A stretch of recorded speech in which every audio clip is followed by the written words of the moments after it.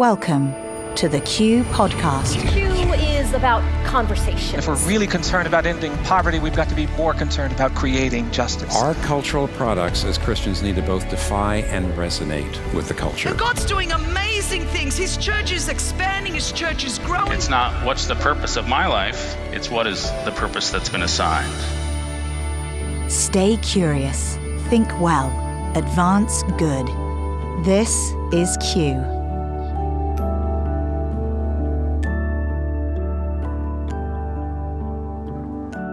Hi, I'm Gabe Lyons. Welcome to another edition of the Q Podcast. Today, I promise you're going to laugh, you're going to smile, you're going to have a good time as you listen in on a recent talk that Bob Goff delivered. Now, if you don't know who Bob Goff is, New York Times bestseller. He's described as an encourager to millions. He wrote a book called Love Does several years ago that became a bestseller, just talking about crazy stories of how he's gone out on these adventures to just love people really well. It's resonated with Americans. It's resonated with people all over the world. And then recently released a book called Everybody Always. And so we asked him at our most recent Q Commons gathering, where this was being broadcast around the world, tens of thousands of people listening inside their churches with their congregants and the people who attend their church, to city commons gatherings that gathered leaders from all over a city, all the way to the living room where people just gather a few friends, through our Q Local expression of Q, where people can host these events in all these different environments. And Bob was there to cheer everybody on, to inspire them, to help them to better see the role they have to play in the world, to encourage other people. And he encouraged us all on this great evening. And so I want you to just listen in as Bob Goff continues in this story of everybody always and why we should care about the people that are put right in front of us. Let's listen in now. Well, hey, everybody. I'm Bob. It's good to see you. It's good to be with you. Thanks a million for letting me be part of this. I'm a lawyer, but I'm also a hugger. So if we were together, you'd be getting a hug, but not the creepy kind, or you'll need a lawyer. You know the difference. One of the things that I've done is put my cell phone number in the back of books. And the reason is this: I don't think people follow vision. I think they follow availability. And we don't get to decide how tall we are or short we are, but we get to decide how available we are. I get a call about every 3 weeks from this young guy in the South, and he just cusses at me. Isn't that awesome? I thought I knew all the cuss words, but evidently there's new ones. And one of the things that I do is I end the conversation with them the same way every single time. I tell them, I will always take your call. I want to be the one guy in his life that isn't like calling him names back. And listen, I'm a lawyer. I win arguments for a living, but I'm not trying to be right. I'm trying to be Jesus. And that's this whole theme that you've been hearing about for the last little bit, this idea of how do we do it? We can engage culture. We can engage the most difficult circumstances and people, but you got to know why you're doing what you're doing. I'll give you an example. You will very rarely see me without wearing this crazy Boston Red Sox hat. And I'm not a Red Sox fan. The reason that I wear it is this: my neighbor Carol was a huge Red Sox fan. And we knew that she had cancer and was going to start this eternity-long dance with Jesus. And so I made a deal with her. I said, Carol, I'll wear your Red Sox hat for the rest of my life, but in exchange, every time Jesus walks by you, you need to mention my name. There's a verse in Matthew that says, I knew you not. I'm like, Carol! So figure out why you're doing what you're doing. Because if you're doing it for the applause, join the circus. But if you're doing it because you want to be Jesus to the world, if you want to spread this whole idea of love and acceptance to people, then now we've got a ball game. We've got something we can talk about. There's a beautiful verse. It's Galatians 5:6. It says this: the only thing that matters is faith expressed in love. And I think people don't need more information. I don't think we grow or we're informed. We grow or we're accepted. And so what I've been doing is just trying to find people like, what is it that you're looking for? What do you want in your life? There's this terrific friend of mine. She's a new friend. Her name is Grace. You know what she wanted? She wanted to be a speaker, but she'd never had a chance to do something like this. And so she told me this. I was speaking at a conference with 3,000 pastors a couple days later. So I just walked out on stage holding hands with her. And I got out of the frame. I said, Go. And she killed it. These guys will never have me back. But here's the deal. Find out what other people want. It's easy to make it about you. But if you want to be love in the world, like you'll actually release these things by asking people, what is it that you want? And is there anything I've got to be helpful along the way? I'll give you another example. There's a young guy named Aaron. He was a paralegal for me. He'd worked for me for a decade. You know what he wanted? He wanted to go to law school. He wanted to be a lawyer, but he didn't have like 3 years to spend in law school. He had 3 kids and a wife. So we went to the state bar in Washington. We said, would it be okay if we teach him law school? It was like I did a Jedi thing, and they said, okay. So we taught him law school. You guys, Aaron just passed the bar. He looks as surprised as we are. We made him give a valedictorian speech. He was also the last guy in the class. But find out what other people are hoping for and then intersect that. The only thing that matters, faith expressed in love. But here's the deal. Jesus doesn't need your help. I asked him. What he needs is your hearts. And what it's going to do is it's just going to require a little bit of humility. It's going to be taking a breath when you meet somebody. Have you ever met somebody and their shirt is one button off? That happens to me all the time. But one of the things that I found is the people that have shaped my view of God would be a couple buttons off in their view of God. Like they've got a different worldview than me. And I just assume that God's up to different things in their life than he's up to in my life. Listen, if you want a radish, it takes a seed in 20 days.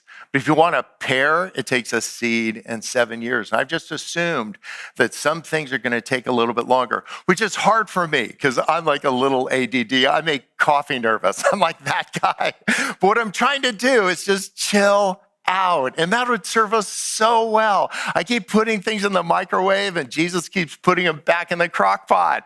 Let that happen to you. Chill out. I know you've got an opinion about everybody.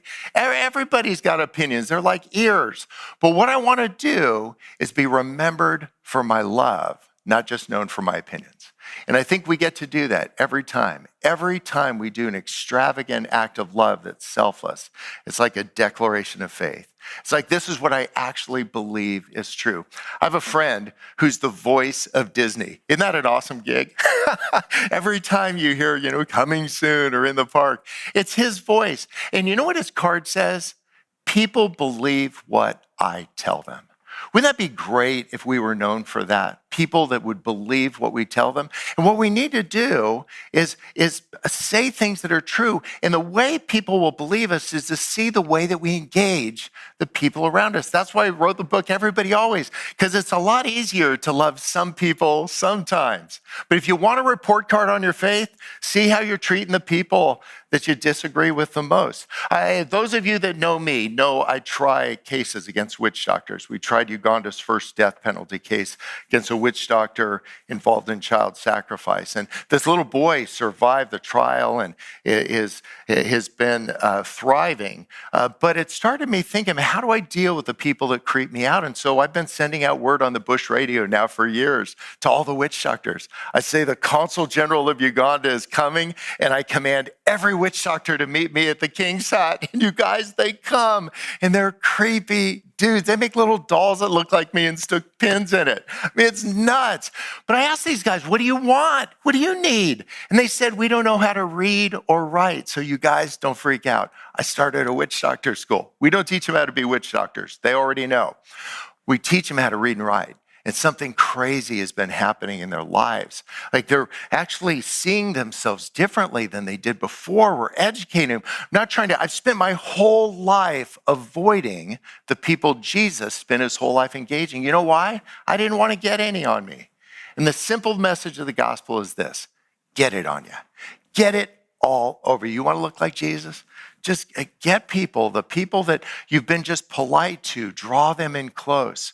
I told these witch doctors, I'm writing the next book and you guys are still learning how to spell. So what if we do this? I'll write all the words. Can you lend your fingerprints and we'll make the cover out of your fingerprints? Pretty creepy, huh?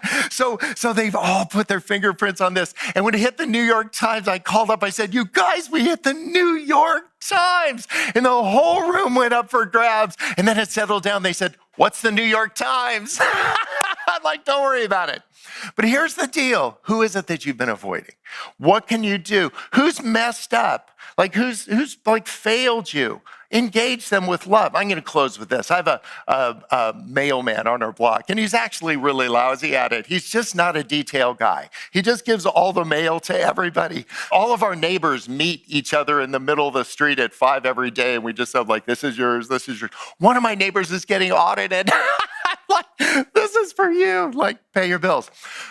But Art told us after years of bad mail delivery, he was going to retire. I'm like, thank you, Jesus. And so I thought, what if we have a parade for him? We don't think this idea of loving your neighbor is a metaphor for something else. We actually think it means to love him. And so we had this parade. We got a convertible. We put 1,000 envelopes in the back. We said, Art, just do what you do every day. Just give them to everybody. 800 people turned out to let him know you're a lousy mailman, but you're a great guy. Art was so moved by this. He called me the next day, said, Bob, I'm coming out of retirement. I'm like, no! You guys love everybody always. So what? Well, I hope you enjoyed that. I know you laughed, but I hope you just had fun listening to Bob. He's so funny, such a scream. And if you want to watch this talk, because it's kind of entertaining to watch it, go online to qideas.org and you'll see this featured this week on our homepage. Or if it's later on that you're listening to this, then go online, search Bob Goff, and you can find this talk. But Bob's just an amazing friend and encourager to so many of all of us. And I just hope that it encouraged you a little bit today. It made you smile. Now, if you're somebody who's interested in continuing conversations like this, being around other people like Bob, who really are living out their dreams, who are pursuing their calling, who feel like they know what God's put on their heart to do, and they just want to do it with excellence, and they want to do it alongside people who really have a concern and a care for the world. And they care for it because they know theologically, deep down, this is how God's designed us to live. He wants us to be a part of his plans to renew and restore the world. And the place we've created annually now, going on 13 years, for people to gather who are thinking this way, who want to learn more, who want to better understand the context we're trying to live out our mission in. Come to Q 2019. It's April 24th to 26th. This will be our largest yet. It's guaranteed to sell out. We're getting pretty close to that at this moment. And so if it's something you've never been to, you've only experienced these conversations by listening to a podcast, maybe just through your earphones, we want you to come and be in person with us. We want you to be at the table with other leaders like you who are thinking about these issues, who are challenging one another to live well and to live out the dream that God's called them to live out. And so come join us. You can learn more about it at qideas.org/2019 and see all the topics that will be discussed, many of the experiences, a lot of the breakout conversations and Q&As that you're going to have access to. And we just hope you'll come join us. We want to meet you. We want to have you meet a bunch of our friends who are living this out, trying to be faithful to what God's called them to do. And we want you to be right there with us. So hope you'll learn more about that. And until next time, I hope you have a great week.